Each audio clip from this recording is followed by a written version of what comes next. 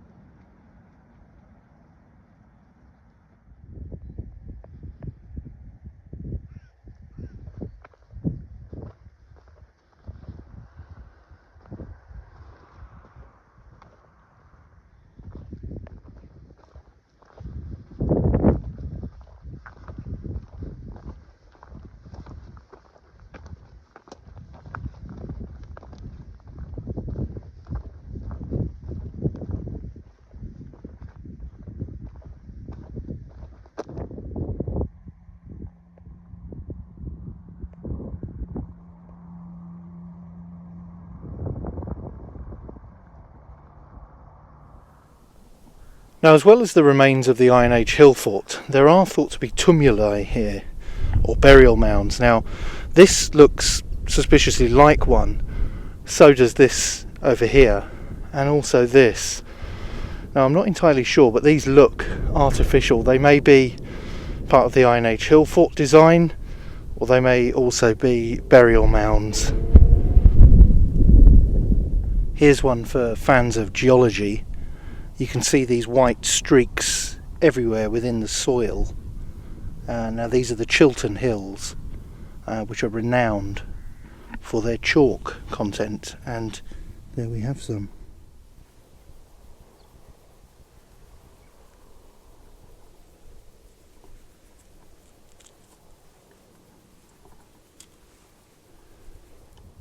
Now, whether or not this behind me is a tumulus or not, you would be forgiven for thinking it may be, especially given the ritual significance of being buried at an altitude like this, where you can view miles and miles around.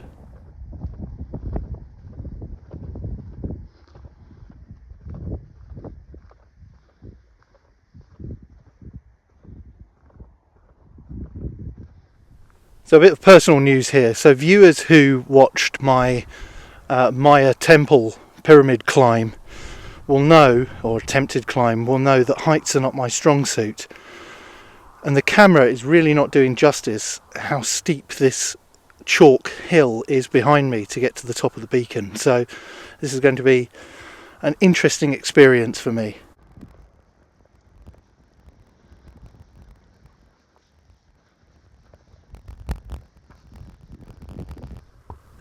Thankfully it's quite wide, but also thousands of years of hill fort residents and religious ritual adherence have made it quite smooth and almost step-like.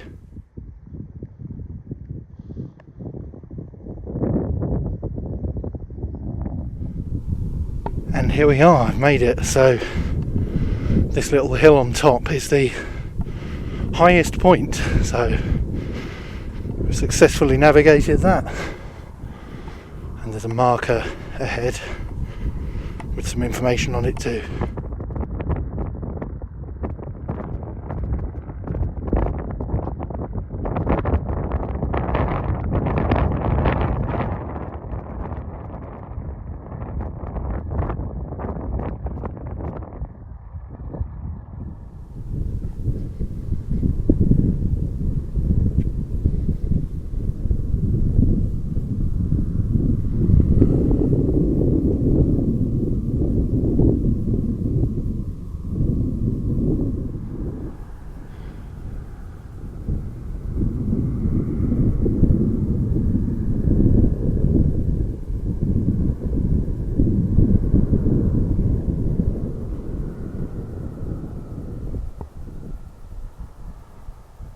So what's interesting about this map is it shows the route of the Ridgeway, which obviously begins here at the top right with Ivinghoe Beacon and runs all the way down west, southwest, terminating at around Avebury. So this site is inextricably linked to the megalithic monument at Avebury and the stone circle there.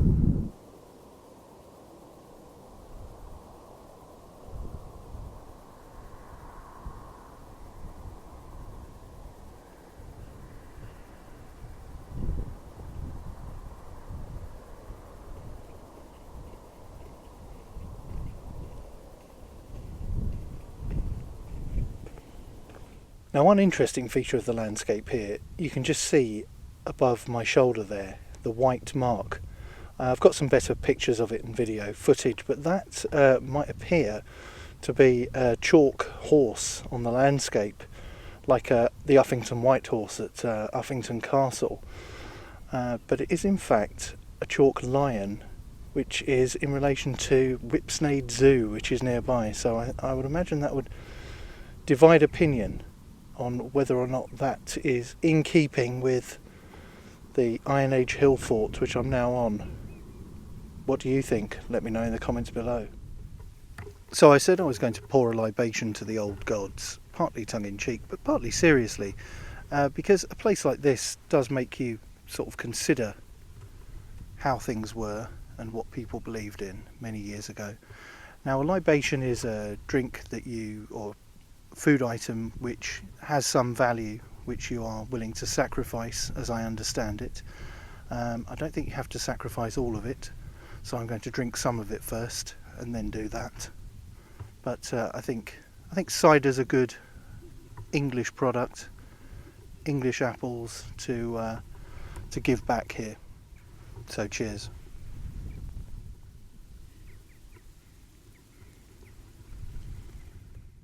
Ivinghoe Beacon has a long and fascinating history dating back thousands of years.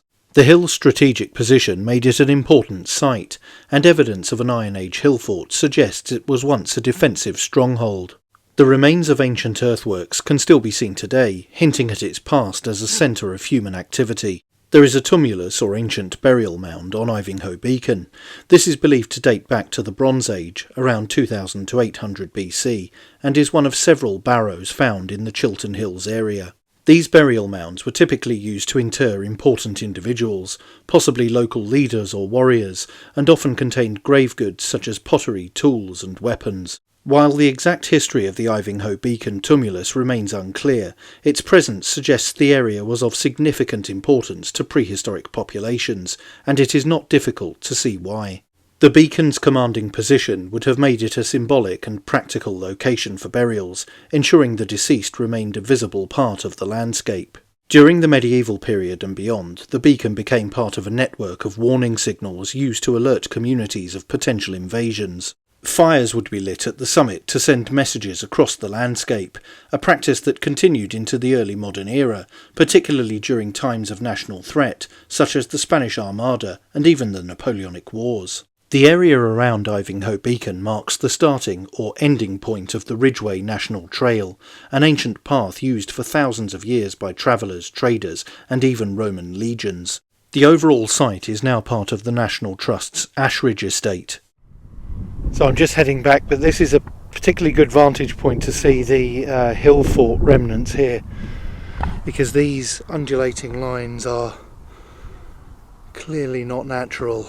And there's a lovely dog. So here we have a sign which points out what I was saying about the Ridgeway. So there's Pedder's Way there. This is the Icknield Way, with some sort of Stone Age axe there to illustrate how old it is. And then you have to the left here, this is the Ridgeway, the start of the ancient Ridgeway route.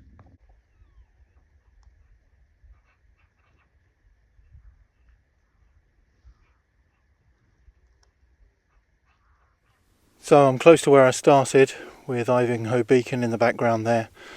And thank you for watching this video. Don't forget to like, share, and most importantly subscribe. And if you can also support the channel on Subscribestar via the link in the description, or via YouTube Super Thanks, which I massively appreciate if you do. But for now, that's it from Ivinghoe Beacon. Thanks for watching. Bye for now.